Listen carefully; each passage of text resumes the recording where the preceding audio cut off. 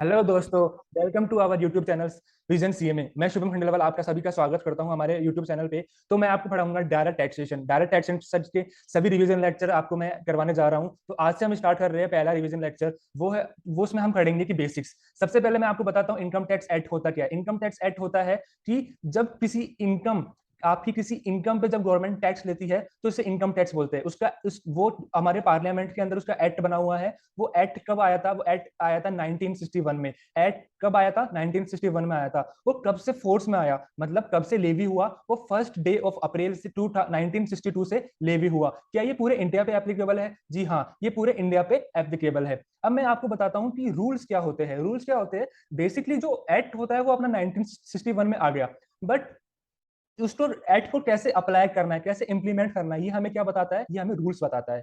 Notification क्या होते हैं? नोटिफिकेशन ये होते हैं समय समय में गवर्नमेंट सबको कम्युनिकेट करने के लिए, कुछ चेंजेस करने के लिए, कुछ अमेंडमेंट जो भी करती है उसको नोटिफिकेशन के थ्रू लाती है। सर्कुलर्स क्या होते हैं? विद इन द डिपार्टमेंट के लोगों को कोई लॉ, कोई प्रोविजन को क्लेरिफाई करने के लिए डाला जाता है। केस लॉ क्या होते हैं? केस लॉ होते हैं जब भी डिपार्टमेंट और किसी भी टैक्स पेयर के बीच में डिस्प्यूट हो जाता है तो उसको रिजोल्व केस लॉ के थ्रू किया जाता है। जैसे वो हाई कोर्ट में होता है, सुप्रीम कोर्ट में होता है, तो हाई कोर्ट और सुप्रीम कोर्ट में डिसीजन आता है, और जो डिसीजन आता है जिसके फेवर में आता है वही डिसीजन को हम केस लॉ बोलते हैं। और इन फ्यूचर में जब भी कोई उसी चीज के बारे में कोई डिस्प्यूट होता है तो केस लॉज का रेफर लेते हुए हम उस चीज को मान लेते हैं कि इस अथॉरिटी ने किया था तो हमें यही मानना है। मैं आपको बता दूं कि हमें इनकम टैक्स एक्ट पढ़ना है या फिर इनकम टैक्स लॉ पढ़ना है। तो हमको पढ़ना है इनकम टैक्स लॉ। लॉ के अंदर क्या इंक्लूड होता है? Rules, act, notification, circulars, case laws. For example, एक कंपनी है टाटा। टाटा कंपनी क्या होगी? हमारा लॉ हो गया, और जो उसके डिविजन्स क्या हो गए? वो हमारे एक्ट हो गए, रूल्स हो गए, नोटिफिकेशन हो गए। इनकम टैक्स के अंदर पूरे 298 सेक्शन होते हैं। यानी आप ऐसे समझ सकते हैं कि income tax act triple century करने से मात्र 2 रन से रह गया। ठीक है, वैसे तो 298 सेक्शन ऐसे बोलने के लिए, वैसे तो सेक्शन मोर देन 700 से ज्यादा है। उसके बाद अपन आते हैं कि अपन को सेक्शन को रीड कैसे करना है। फॉर एग्जाम्पल, यहाँ पे एग्जाम्पल दिया हुआ है सेट 13, अभी 13, 3, 4, 8। अब मुझे इसको रीड आउट करना है तो इसका इंटरप्रिटेशन कैसे होगा? सबसे पहले आता है सेक्शन, फिर आता है सब सेक्शन, फिर आता है क्लोज, फिर आता है सब क्लोज। तो हमें कैसे इसको बोलेंगे? सेक्शन 13, सब सेक्शन 3, क्लोज 4, सब क्लोज ए। तो हमें ऐसे सेक्शंस को रीड आउट करना है। टैक्स होता क्या है? टैक्स वो होता है जो कि मैंडेटरी इन नेचर होता है, जो कि गवर्नमेंट हमसे कलेक्ट करती है। क्या गवर्नमेंट कभी भी टैक्स ले सकती है? क्या उसे पावर मिली हुई है? हाँ, गवर्नमेंट को पावर मिली हुई है। बिना पावर के कोई भी आपसे टैक्स कलेक्ट नहीं कर सकता है। ये पावर कहाँ पे, हम बताएंगे आपको आगे। थोड़ा वेट कीजिए। तो ये जो टैक्स होता है वो मैंडेटरी कॉन्ट्रीब्यूशन होता है। कौन लेवी करता है? वो जो कि गवर्नमेंट लेवी करती है, गवर्नमेंट हमसे कलेक्ट करती है। कौन सी गवर्नमेंट हो सकती है? वो लोकल गवर्नमेंट भी हो सकती है, वो स्टेट गवर्नमेंट भी हो सकती है, और वो सेंट्रल गवर्नमेंट भी हो सकती है। टैक्स क्यों लिया जाता है? क्या गवर्नमेंट टैक्स क्या करती क्या है? देखिए, जो गवर्नमेंट होती है उसके ऊपर जिम्मेदारी होती है कंट्री को रन करने की। तो कंट्री को रन करने के लिए गवर्नमेंट हमसे टैक्स लेती है। गवर्नमेंट को कंट्री रन करने के लिए पैसा चाहिए। गवर्नमेंट 3 सोर्स से पैसा लेती है। पहला, खुद की बिजनेस से जो प्रॉफिट अर्न होता है उससे उसके पास पैसा आता है। दूसरा, टैक्स के थ्रू पैसा आता है। तीसरा, गवर्नमेंट वर्ल्ड बैंक जैसी अथॉरिटीज से लोन लेती है। तो गवर्नमेंट टैक्स ले सकती है, तो हमें समझ में आ गया। तो कहाँ पावर दी हुई है? पावर कहाँ दी हुई है कि गवर्नमेंट हमसे टैक्स ले सकती है? तो पावर दी हुई है, हमारे कॉन्स्टिट्यूशन ऑफ इंडिया ने पावर दी है। कॉन्स्टिट्यूशन ऑफ इंडिया के आर्टिकल 246 के अंदर हमें ये पावर मिली हुई है। आर्टिकल 246 के अंदर जो शेड्यूल 7 है उसमें 3 तरह की लिस्ट होती है। एक यूनियन लिस्ट होती है, स्टेट लिस्ट होती है, कॉन्करेंट लिस्ट होती है। जो यूनियन लिस्ट है उसकी एंट्री नंबर 82 में ऐसे बोला गया है कि central government take tax on income. यानी जो इनकम हम अर्न करते हैं गवर्नमेंट उस पर क्या कर सकती है? टैक्स ले सकती है। बट जो टैक्स होगा वो एक्सेप्ट एग्रीकल्चर इनकम के अलावा वाली इनकम पे टैक्स ले सकती है। अब मुझे ये बताइए, टैक्स कितने तरह के होते हैं? जो हमारे टैक्स होते हैं वो 2 तरह के होते हैं। एक होता है डायरेक्ट टैक्सेशन, और एक होता है हमारा इनडायरेक्ट टैक्सेशन। डायरेक्ट टैक्सेशन लगता है हमारी इनकम पे। जो इनकम को हम अर्न करते हैं उस पर डायरेक्ट टैक्स लगता है। और इनडायरेक्ट टैक्स लगता है गुड्स एंड सर्विस पे। यानी हम भी जब भी कोई गुड्स या सर्विस को लेते हैं, गुड्स को परचेज करते हैं या सर्विस लेते हैं, तो उस पर जो हम टैक्स को पे करते हैं उसे गुड्स एंड सर्विस टैक्स बोला जाता है। अब मैं आपसे 2 क्वेश्चन पूछूंगा। काफी इंटरेस्टिंग क्वेश्चन है। अब आप उन दोनों क्वेश्चन के आंसर मुझे या तो मेरे कमेंट सेक्शन में बता दीजिए, या फिर टेलीग्राम चैनल पे, या मुझे व्हाट्सएप पे बता दीजिए। मैं आपको 1 to 1 करके रिप्लाई दूंगा। मेरे 2 क्वेश्चन है। गवर्नमेंट को कौन से टैक्स से ज्यादा रेवेन्यू होता है? इट्स डायरेक्ट टैक्स और इट्स इनडायरेक्ट टैक्स। और मेरा दूसरा क्वेश्चन है, कौन सा टैक्स को कलेक्ट करना हार्ड पड़ता है? डायरेक्ट टैक्स को कलेक्ट करना हार्ड पड़ता है या फिर इनडायरेक्ट टैक्स को? दोनों के आंसर आप मुझे मेरे कमेंट बॉक्स में बताइए, मैं आपको 1 to 1 रिप्लाई करूंगा। अब अपन आगे बढ़ते हैं। इनकम टैक्स एक्ट और फाइनेंस एक्ट क्या होता है? देखो, इनकम टैक्स एक्ट और फाइनेंस एक्ट को हम बजट भी बोल सकते हैं। ये जो बजट होता है आप सभी को पता है हर साल आता है। तो इनकम टैक्स एक्ट तो 1961 में आ गया। अब ये फाइनेंस एक्ट क्या होता है? इसको हम बजट भी बोलते हैं। जब हमारी पार्लियामेंट है उसमें 1 फरवरी को हर साल जो गवर्नमेंट होती है, अभी मोदी गवर्नमेंट है, तो मोदी गवर्नमेंट क्या करती है, been the both house, upper house lower house, यानी राज्यसभा लोकसभा दोनों में क्या करती है, वो बिल को प्रेजेंट करती है। फिर उसके बाद उस दोनों सभाओं में उसका डिस्कशन होता है। फिर वो वोटिंग के थ्रू पास हो जाता है। एक बार ये वोटिंग के थ्रू पास हो गया, उसके बाद ये हमारे प्रेसिडेंट सर के पास जाता है। उसके बाद उस पर सिग्नेचर होते हैं उनके, और जैसे उनके सिग्नेचर हो जाते हैं, वो हमारा फाइनेंस एक्ट बन जाता है। फाइनेंस एक्ट हमारा हर साल आता है। उसके अंदर रेट्स में चेंजेस हो जाते हैं, कुछ लॉज के अंदर, कुछ सेक्शंस के अंदर चेंज हो जाते हैं, तो ये हमारा फाइनेंस एक्ट के अंदर आता है। तो सर अभी आपने बताया नोटिफिकेशन के थ्रू भी चेंज होता है। देखिए, नोटिफिकेशन के थ्रू तो कुछ सर्टेन चीजें चेंज होती है, जो चेंज करना लगता है गवर्नमेंट को कि अभी मंदी चल रही है, लोगों को टैक्स ज्यादा पे कर रहे हैं, तो टैक्स कम कलेक्ट करो। या फिर कभी कभी गवर्नमेंट के पास रेवेन्यू नहीं होता, तो गवर्नमेंट चाहती ज्यादा ज्यादा रेवेन्यू है, तो नोटिफिकेशन तो बहुत कम आते हैं। बट जो फाइनेंस एक्ट आता है वो पूरे साल के लिए लेवी होता है। अब ये नया वर्ड आया, ऑर्डिनेंस क्या होता है?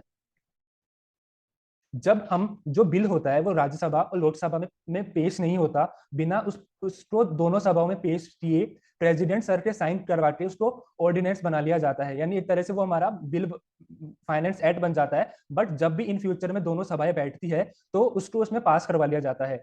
अब आप पूछेंगे कि सभाएं क्यों नहीं आ रही? कभी कभी इमरजेंसी के केस में सभा नहीं आती, कभी कभी जब सभा का टाइम नहीं होता, एक पर्टिकुलर टाइम पीरियड पे सभा बैठती है, कभी कभी वो टाइम पीरियड नहीं होता और आपको ऑर्डिनेंस लाना होता है, फाइनेंस एक्ट लाना होता है, तो गवर्नमेंट ला सकती है। फॉर एग्जाम्पल कोविड 2020 के टाइम पे ऑर्डिनेंस लाया गया था। अब अपन देखने जा रहे हैं डेफिनेशंस। सबसे पहले मैं बताना चाहूंगा section 2 sub section 7 assessee. Assessee कौन होता है? जो भी टैक्स पेयर जो टैक्स पे करता है, जैसे कि टैक्स पेयर हो गया, उसको हम इनकम टैक्स की लैंग्वेज में असेसी बोलते हैं। असेसमेंट ईयर क्या होता है? असेसमेंट ईयर होता है it is the just next year of previous year. Assessment year होता है जिस साल हम गवर्नमेंट को टैक्स का पेमेंट करते हैं। तो प्रीवियस ईयर क्या होता है? प्रीवियस ईयर होता है जिस साल हम इनकम को अर्न करते हैं। इनकम टैक्स के अंदर काफी सारे पर्सन होते हैं। इन 7 पर्सन के अलावा आपको कोई भी अलग पर्सन नजर में नहीं आएगा। एक होता है इंडिविजुअल, आप जैसे मेरे जैसे लोग, HUF, हिंदू अनडिवाइडेड फैमिली, जो हमारे हिंदूज होते हैं उनमें जो फैमिलीज बिजनेस रन करती है, तो उसको हम HUF बोलते हैं। फर्म या LLP, जब भी दो या दो से ज्यादा जने मिलके कुछ भी बिजनेस करते हैं एज ए पार्टनर, तो उसे हम फर्म या LLP बोलते हैं। कंपनी जो कि कंपनीज एक्ट में रजिस्टर्ड होती है, AOP BOI। जब भी कोई ज्वाइंट वेंचर होता है, और जो ज्वाइंट वेंचर होता है आपको पता है वो एक लिमिटेड टाइम पीरियड के लिए होता है। तो जब भी एसोसिएशन ऑफ पर्सन, मतलब उसके अंदर जो पर्सन होते हैं वो कंपनी भी हो सकती है, AOP भी हो सकता है, इंडिविजुअल्स भी हो सकता है वो, या फिर BOI मतलब बॉडी ऑफ इंडिविजुअल्स, मतलब उसमें मात्र इंडिविजुअल्स ही आएंगे। तो ऐसे केस में क्या होता है, उसको हम AOP BOI बोलते हैं। लोकल अथॉरिटी हो गया हमारा, नगर निगम, ठीक है। आर्टिफिशियल जुडिशियल पर्सन, मंदिर, मस्जिद, गुरुद्वारा, हमारी यूनिवर्सिटीज हो गई, तो इन सबको हम, ये सब हमारे पर्सन होते हैं। उसके बाद आता है प्रीवियस ईयर। प्रीवियस ईयर क्या होता है? जिस ईयर में हम इनकम अर्न करते हैं उसे हम प्रीवियस ईयर बोलते हैं। उसके बाद होता है चार्जिंग सेक्शन। चार्जिंग सेक्शन क्या बोलता है कि इनकम टैक्स हर असेसमेंट ईयर में चार्ज होता है। ये किस पे चार्ज होता है, कौन पे करता है? एवरी पर्सन, जो कि डिफाइंड है सेक्शन 2 सब सेक्शन 31 के अंदर डिफाइंड है। It is charge on total income earn by person during previous year. जो प्रीवियस ईयर में आपने इनकम अर्न करी, उस पर ये आपको देना होता है। और कौन सी रेट से देना होता है? जो हमारे फाइनेंस एक्ट में जो रेट प्रिस्क्राइब होती है उस रेट से आपको देना होता है। अब हम चलते हैं हमारे नेक्स्ट पार्ट के लिए। मैं आपको बताना चाहूंगा कि मैं जो भी आपको रिवीजन लेक्चर दे रहा हूँ वो दिसंबर 2022 के लिए भी है, बट ये स्पेसिफिक जून 23 के लिए है। और जून 23 के लिए आपका असेसमेंट ईयर जो लगेगा, वो लगेगा असेसमेंट ईयर 2023 और 2024। यानी आपका प्रीवियस ईयर क्या हो गया, 22-23। यानी आपके जो एग्जाम्स में क्वेश्चन आएंगे वो असेसमेंट ईयर 23-24 के आएंगे। यानी कि प्रीवियस ईयर 22-23 में तो असेसी होगा, वो इनकम अर्न करेगा, और 23-24 में वो जमा करवाएगा। अब मैं सबसे पहले बात करूंगा, मैंने आपको बताया कि यहाँ पे अपने 7 तरह के पर्सन होते हैं। सबसे पहले मैं बताऊंगा इंडिविजुअल्स, कि इंडिविजुअल्स को किस रेट से टैक्स पे करना पड़ता है। तो जो इंडिविजुअल होता है, जो हमारा इंडिविजुअल होता है, उसको स्लैब रेट से टैक्स पे करना पड़ता है। इंडिविजुअल्स के साथ में HUF, AOP BOI और आर्टिफिशियल जुडिशियल पर्सन, इनको हमारे स्लैब रेट के अकॉर्डिंग टैक्स पे करना पड़ता है। अगर आपकी इनकम 2.5 लाख तक है, प्रीवियस ईयर में अगर आपने 2.5 लाख तक पैसा कमाया है, तो आपको निल, कोई भी टैक्स नहीं देना। अगर आपने 2.5 लाख से 5 लाख तक इनकम अर्न करी है, ये किसके लिए अप्लाई हो रहा है? पर्सन के लिए। हमारे ये इसमें individual, HUF, AOP, BOI, artificial judicial person की मैं बात कर रहा हूँ। अगर उनकी इनकम 2.5 लाख से 5 लाख के बीच में आती है, मतलब 2.5 लाख से 5 लाख के बीच में जितनी इनकम है उस पर 5% की रेट से टैक्स पे करना पड़ता है। मैं आपको एग्जांपल करवाऊंगा, उससे आपको जो भी कंफ्यूजन हो रहा है वो समझ में आ जाएगा। जो 5 लाख से 10 लाख के बीच में अगर इनकम होती है तो आपको उसको 20% की रेट से पे करना पड़ता है, और 10 लाख से ऊपर की जितनी भी इनकम होती है आपको 30% की रेट से पे करना पड़ता है। अब मैं आपको एक एग्जांपल करवा रहा हूँ। मेरे जो एग्जांपल्स रहेंगे मैं आपको उसको बोलूंगा सीसीक्यू। सी एक असेसी है, असेसी मतलब जिसको टैक्स पे करना है, उसकी इनकम 1,80,000 है। मैंने ऊपर बताया आपको कि 2.5 लाख तक तो कोई भी टैक्स देने की जरूरत है ही नहीं आपको। दूसरा एग्जांपल, एक असेसी है, उसकी इनकम है 2,45,000। तो देखो, no tax because income is below basic exemption limit. तो पहले दो केस में आपको टैक्स देने की कोई जरूरत नहीं है। जो तीसरे वाला केस है उसमें एक रिबेट का प्रोविजन आएगा, तो वो वाला तीसरा वाला एग्जांपल मैं आपको लास्ट में करवाऊंगा। आप फोर्थ वाले एग्जांपल पे आइए। फोर्थ वाले एग्जांपल पे क्या बोल रहा है कि आपकी इनकम 7,50,000 है, तो इस पे आपको टैक्स निकालना है। तो देखो 7,50,000 है, देखिए अगर आपकी इनकम 7,50,000 है तो देखिए 2.5 लाख तक तो कोई भी टैक्स लगता नहीं है। 2.5 लाख से 5 लाख मतलब 2.5 लाख का 5% आपका हो गया 12,500 का टैक्स देना है। और 5 लाख से 7.5 लाख यानी कि 7.5 लाख माइनस 5 लाख, क्योंकि 5 लाख तक अपन ने टैक्स दे दिया, बचा 2.5 लाख। 2.5 लाख पे 20%, ये आ गया हमारा 50,000। तो हमारा टोटल टैक्स कितना हो गया? 62,500 हमारा क्या हो गया? टोटल टैक्स हो गया। अब इसके बाद में मैंने आपको बताया ऊपर कि जो हमारा इंडिविजुअल होता है, एचयूएफ होता है, एओपी होता है, बीओआई होता है, एजेपी होता है, आर्टिफिशियल जुडिशियल पर्सन, ये चाहे रेजिडेंट हो चाहे नॉन रेजिडेंट हो, इनके लिए ये वाली लिमिट रहेगी, टैक्स की ये वाली लिमिट रहेगी। बट जो इंडिविजुअल्स होते हैं, ऐसे इंडिविजुअल जिनकी एज 60 ईयर्स या उससे ज्यादा है, ठीक है, 60 ईयर्स या उससे ज्यादा है प्रीवियस ईयर में, तो उनको 2.5 लाख तक नहीं, उनको 3 लाख तक की इनकम पे कोई टैक्स नहीं देना। 3 लाख की इनकम से 5 लाख की इनकम पे 5%, 5 लाख की इनकम से 10 लाख की इनकम तक 20%, और मोर देन 10 लाख उसको 30% की रेट से टैक्स देना है। ऐसे टैक्स पेयर इंडिविजुअल्स जो 80 ईयर्स या उसके अबव है, वो जो प्रीवियस ईयर में 80 ईयर्स के हो गए या फिर उसके अबव है, उनके लिए बेसिक एग्जाम्पशन, यानी उनको बेसिक एग्जाम्पशन कहां तक उनको टैक्स नहीं देना, उनको 5 लाख रुपए तक कोई टैक्स नहीं देना। 5 लाख रुपए से 10 लाख रुपए तक 20%, और मोर देन 10 लाख उनको 30% की रेट से टैक्स देना है। मैं आपको एक एग्जांपल के थ्रू तीनों का क्लियर कर देता हूं। एक एग्जांपल है सीसीक्यू अपना 2। तो सीसीक्यू 2 के अंदर अपनी इनकम है 6,50,000। जो एसएससी है उसमें मैंने 3 पार्ट कर दिए। पहला पार्ट तो बोल रहा है कि जो एसएससी है वो 45 ईयर्स का है, यानी नॉर्मल सिटीजन। उसके बाद बोल रहा है 65 ईयर्स का, मतलब कि सीनियर सिटीजन। उसके बाद बोल रहा है सुपर सीनियर। तो मैंने बताया कि नॉर्मल के केस में 2.5 लाख तक कोई टैक्स नहीं लगता, सीनियर सिटीजन के केस में 3 लाख तक, और सुपर सीनियर सिटीजन के केस में 5 लाख तक। तो पहला एग्जांपल बोल रहा है कि 6,50,000 टैक्स, 6,50,000 आपकी इनकम है और 45 आपकी एज है, तो 2.5 लाख तक टैक्स हो जाएगा नील। 2.5 लाख से 5 लाख तक आपका हो जाएगा 5% की रेट से 12,500। 5 लाख से 6.5 लाख तक 20% की रेट से हो गया 30,000। तो टोटल टैक्स आपका कितना हो गया? 42,500। अगर आपको इन कैलकुलेशन में कोई कुछ भी प्रॉब्लम आ रही है, कुछ भी डाउट आ रहा है, तो आप मुझे व्हाट्सएप पे या फिर हमारे यूट्यूब चैनल के कमेंट बॉक्स पे मेरे से पूछ सकते हैं। दूसरा केस बोल रहा है कि सेम आपकी 6,50,000 की इनकम है, बट जो आपका एसएससी की एज है 65, यानी वो सीनियर सिटीजन है, तो 3 लाख तक कोई टैक्स नहीं आएगा। 3 लाख से 5 लाख तक अपना 5% की रेट से 10,000 रुपए आ गया, और 5 लाख से 6,50,000 तक 20% की रेट से 30,000 रुपए अपना टैक्स आ गया। तो टोटल टैक्स कितना हो गया अपना? 40,000 रुपए हो गया। और सुपर सिटीजन के केस में, सुपर सीनियर सिटीजन के केस में हमारा 5 लाख से ऊपर जो भी होता है वो टैक्सेबल होता है। 5 लाख तक जीरो हो गया, और 5 लाख से 6.5 लाख तक 20% की रेट से 30,000 हमारा टैक्स हो गया। ये तो हो गया टैक्स। अब एक होता है हमारा सरचार्ज।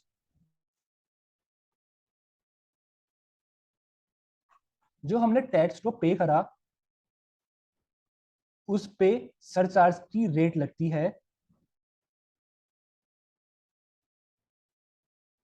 यानी जितना टैक्स अपन ने पे करा उस पे जो सरचार्ज की रेट है उतना उस पे लगता है। फॉर एग्जांपल, अगर आपकी इनकम, मैं इंडिविजुअल की बात कर रहा हूँ, अभी अभी इंडिविजुअल का केस देख रहे हैं अपन, ठीक है, बाकी वाले जितने भी अपने पर्सन है उनका केस अपन अगले लेक्चर में देखेंगे। अगर 50 लाख तक इनकम है तो आपको कोई सरचार्ज नहीं देना। अगर आपकी इनकम 50 लाख से ज्यादा है और 1 करोड़ तक है तो जो भी आपका टैक्स बना उस टैक्स पे आपको 10% की रेट से सरचार्ज और देना पड़ेगा। अगर आपकी इनकम 1 करोड़ से ज्यादा है और 2 करोड़ तक है तो आपको 15% की रेट से सरचार्ज देना पड़ेगा। 2 करोड़ से ज्यादा है, 5 करोड़ तक है, 25%, और 5 करोड़ से ज्यादा है 37%। देखिए आपको लग रहा होगा कि यार इतनी सारी चीजें मेरे को याद कैसे रहेगी। आपको रिवीजन करना पड़ेगा। अगर आप ये पहली बार देख रहे हैं तो आपको रिवीजन करना पड़ेगा, और आपको कोई भी डाउट आए तो आप मेरे से पूछ सकते हैं। ये हमारा पर्पस इसीलिए है कि काफी सारे बच्चे क्लासेस नहीं ले पाते हैं, या फिर क्लासेस लेते हैं तो उसको पूरी नहीं कर पाते हैं, तो उनके पास एग्जाम टाइम पे टाइम नहीं रहता है। तो हमने ये शॉर्ट वीडियोस बना रहे हैं जो कि आपको फटाफट से रिवीजन करवा देगा। फिर एक हो गया सरचार्ज। सरचार्ज के बाद होता है टैक्स। टैक्स, जितना टैक्स आपने पे करा उस पर सरचार्ज ऐड हो गया, और जो सरचार्ज ऐड करने के बाद जो अमाउंट आया उस पर आपको 4% के रेट से सेस देना पड़ता है। सेस क्या होता है? जो टैक्स होता है वो तो जनरल पर्पस के लिए होता है, किसी भी पर्पस में काम आता है, बट जो सेस होता है उसका पूरा नेम होता है हेल्थ एंड एजुकेशन सेस। ये only and only education and health के काम में आता है। इसकी रेट 4% है। तो ये कैसे एप्लीकेबल होता है मैं आपको एक एग्जांपल के थ्रू समझाता हूँ। मानिए एक इंडिविजुअल है जिसकी एज 45 ईयर्स है, ठीक है, और वो अर्न कर रहा है 56 लाख रुपीज। तो उस पर अपन टैक्स निकालते, सरचार्ज निकालते और सेस निकालते। 2.5 लाख तक तो उसको कोई भी टैक्स नहीं देना। 2.5 लाख से 5 लाख तक उसको देना 5%, 12,500 आ गया। 5 लाख से 10 लाख तक उसको 20% की रेट से टैक्स देना है, यानी 1 लाख रुपए देना है। 1 लाख और 10 लाख से ऊपर जितनी भी उसकी इनकम है, यानी 56 लाख माइनस 10 लाख, 46 लाख पे उसे 30% की रेट से टैक्स देना है। तो टोटल टैक्स कितना आ गया हमारा? 1492,500। तो इस पे हमको सरचार्ज देना पड़ेगा 10% की रेट से। तो हमारा सरचार्ज आ गया 149250। तो टैक्स को और सरचार्ज को ऐड कर दो, वो आएगा हमारा 1641750। अब हम इसमें ऐड कर देंगे सेस। सेस कितना हो गया? 65670। तो टोटल नेट टैक्स पेबल कितना हो गया हमारा? ये हमारा हो गया 164,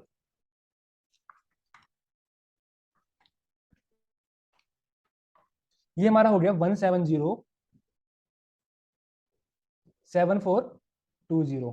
तो नेट टैक्स पेबल ये हो गया। पर अगर सरचार्ज एप्लीकेबल ना हो तो क्या सेस नहीं लगेगा? नहीं, सेस हमेशा लगेगा। सरचार्ज तभी लगेगा जब वो स्पेसिफाइड लिमिट से ऊपर हो।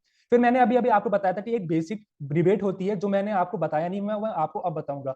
अगर कोई एसएससी उसकी नेट इनकम का मतलब क्या होता है? टोटल इनकम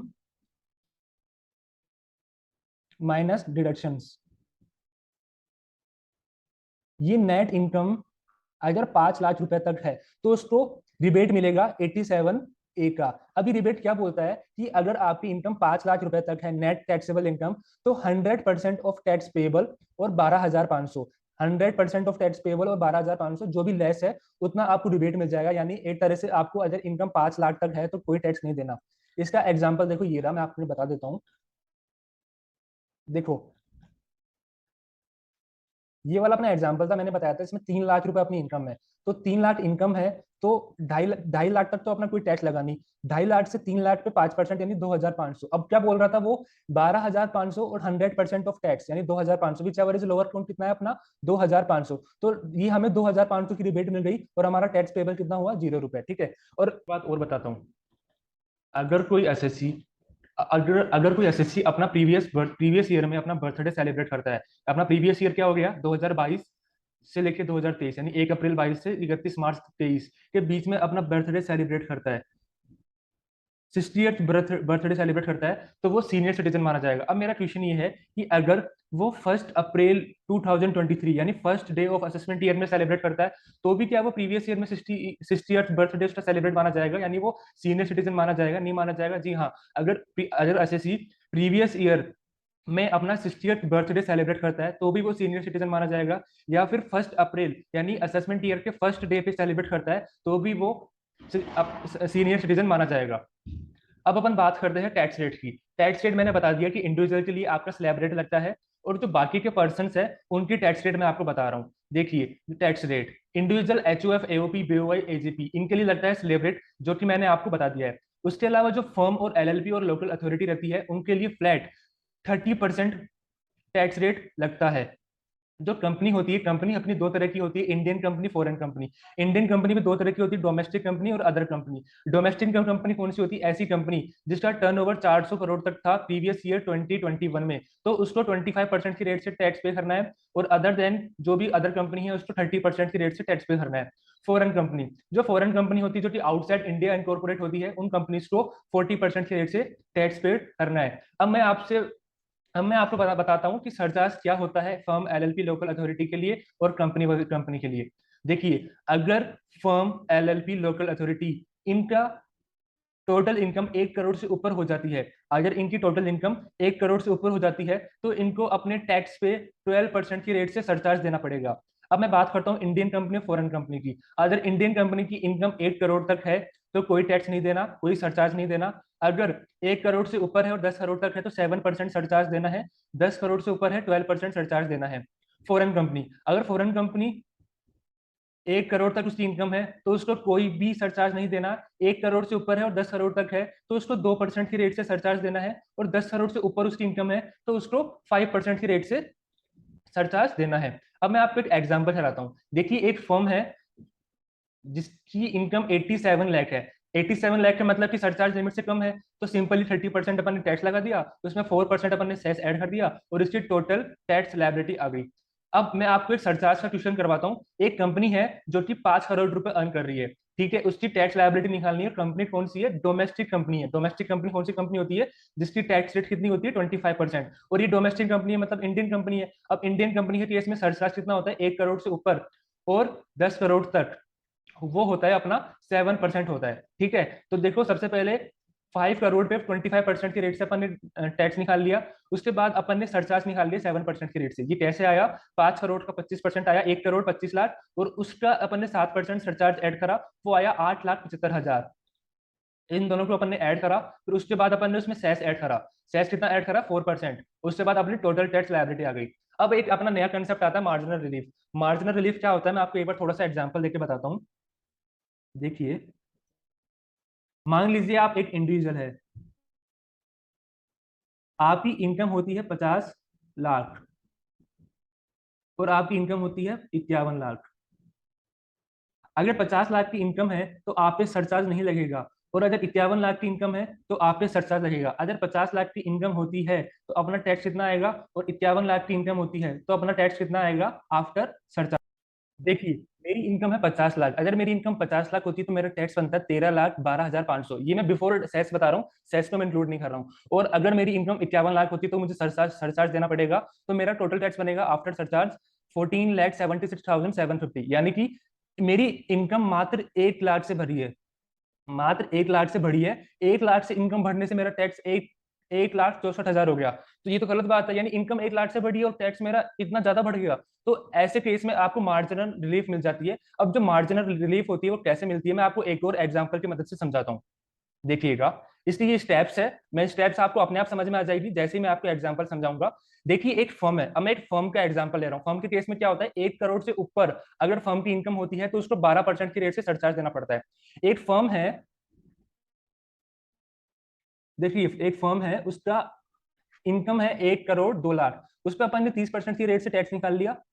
ये आ गया 30,60,000। अपन ने उसमें सरचार्ज ऐड कर दिया 12%, तो अपना टोटल टैक्स आ रहा है बिफोर सेस 34,27,000। अब मैं क्या करूंगा? अगर मेरी इनकम सरचार्ज लिमिट वाली होती, यानी जिसपे सरचार्ज नहीं लगता, रियल जो जो भी आसपास वाली मेरी इनकम होती, यानी 1 करोड़ मेरी इनकम होती, तो उस पर कितना टैक्स लगता? तो अगर मेरी इनकम 1 करोड़ होती तो मुझे 30 लाख रुपए टैक्स देना पड़ता, वो आप लेस कर दो। और कितनी इनकम मेरी एक्सेस हुई है, सरचार्ज दे रहा हूं ना मैं, नॉर्मल नॉर्मल जो नियर ऑफ लिमिट है ना, उससे कितनी मेरी इनकम एक्सेस हुई है? 1 करोड़ होती, अब मेरी इनकम है 1 करोड़ 2 लाख, तो 2 लाख का इंक्रीज हुआ है, तो मैं वो भी लेस कर दूंगा। तो ये दोनों चीज लेस करने के बाद अगर वैल्यू पॉजिटिव आती है तो वो होता है आपका मार्जिनल रिलीफ। अब जो मार्जिनल रिलीफ आया है उसको जो टोटल टैक्स आया आफ्टर सरचार्ज उसमें से आप लेस कर दीजिए, और उसके बाद जो आपका टैक्स आया उसमें से ऐड कर दीजिए। मैं वापस बताता हूँ। अगर आपको मार्जिनल रिलीफ निकालना है, सबसे पहले जो आपकी एक्चुअल इनकम है उस पर आप टैक्स निकाल लीजिए, उसमें आप सरचार्ज ऐड कर दीजिए। उसके आसपास वाली ऐसी इनकम जिसपे सरचार्ज लिमिट नहीं लग रही है, उस वाली लिमिट पे टैक्स निकालिए। उसको लेस कर दीजिए, और जो अपना कितना इंक्रीज हो रहा है इनकम में उसको लेस कर दीजिए। उसके बाद में जो आपका अमाउंट आ रहा है वो अगर पॉजिटिव आ रहा है तो आपको मार्जिनल रिलीफ मिल जाएगा। अगर ये अमाउंट नेगेटिव आता तो आपको मार्जिनल रिलीफ नहीं मिलता। उस अमाउंट को जो एक्चुअल इनकम है उसमें जो आपने सरचार्ज ऐड करा है उसमें से लेस कर दीजिए। उसके बाद ये जो अमाउंट टैक्स का अमाउंट आ रहा है ये आपको पे करना है, इसमें आपको सेस ऐड करना है। मैं आपको एक बार मैं आपको ये नोट पढ़ा देता हूँ। Steps to be calculate for marginal relief. Calculate tax including surcharge on total income. जो आपकी नॉर्मल इनकम है उस पर टैक्स निकाल लीजिए। Than less tax of near by non surcharge limit income and increase. जो नॉन सरचार्ज लिमिट है उस पर टैक्स निकाल लीजिए, उसको लेस कर दीजिए।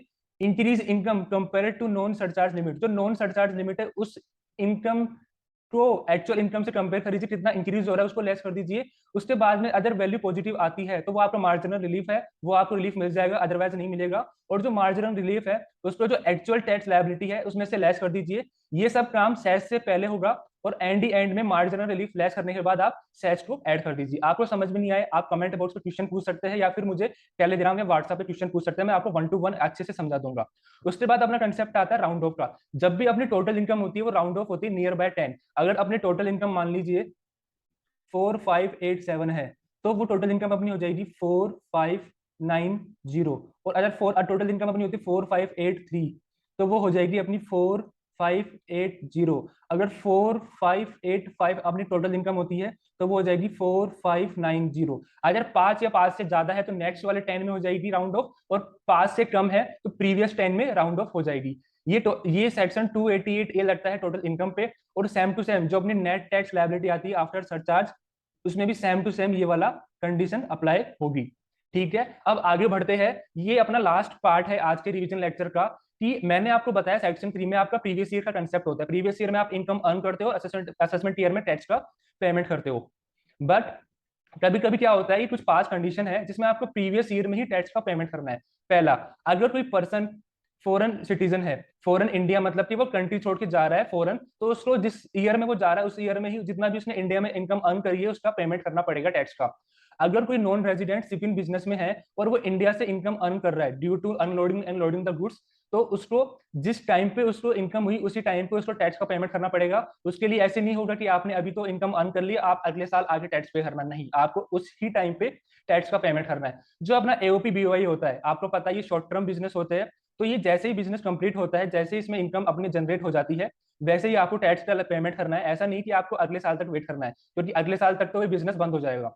अगर कोई बिजनेस डिसकंटिन्यू होता है, कोई बिजनेस बंद होता है, तो उसमें टैक्स का पेमेंट आपको प्रीवियस ईयर में करना है, असेसमेंट ईयर का वेट नहीं करना है। अगर कोई पर्सन अपनी प्रॉपर्टी को ट्रांसफर करता है टू अवॉइड टैक्स, जिससे वो टैक्स का अवॉइडेंस कर सके, तो ऐसे केस में उसको प्रीवियस ईयर में ही टैक्स का पेमेंट करना है, असेसमेंट ईयर का वेट नहीं करना है। तो गाइस मैंने आपको आज पूरा रिवीजन लेक्चर 1 बताया, बेसिक एंड टैक्स रेट। अगला लेक्चर मैं जल्द ही आपको लिए अपलोड करूंगा। अगर आपको ये लेक्चर में कुछ भी डाउट कुछ भी कंफ्यूजन है तो आप मुझे पूछ सकते हैं। आई होप आपको ये लेक्चर पसंद आया। और हाँ, मैंने बहुत सारे क्वेश्चन प्रैक्टिस क्वेश्चन मेरे टेलीग्राम चैनल पर डाल रखे हैं, तो आप टेलीग्राम चैनल का वो ग्रुप पर ज्वाइन करें। तब तक के लिए थैंक यू।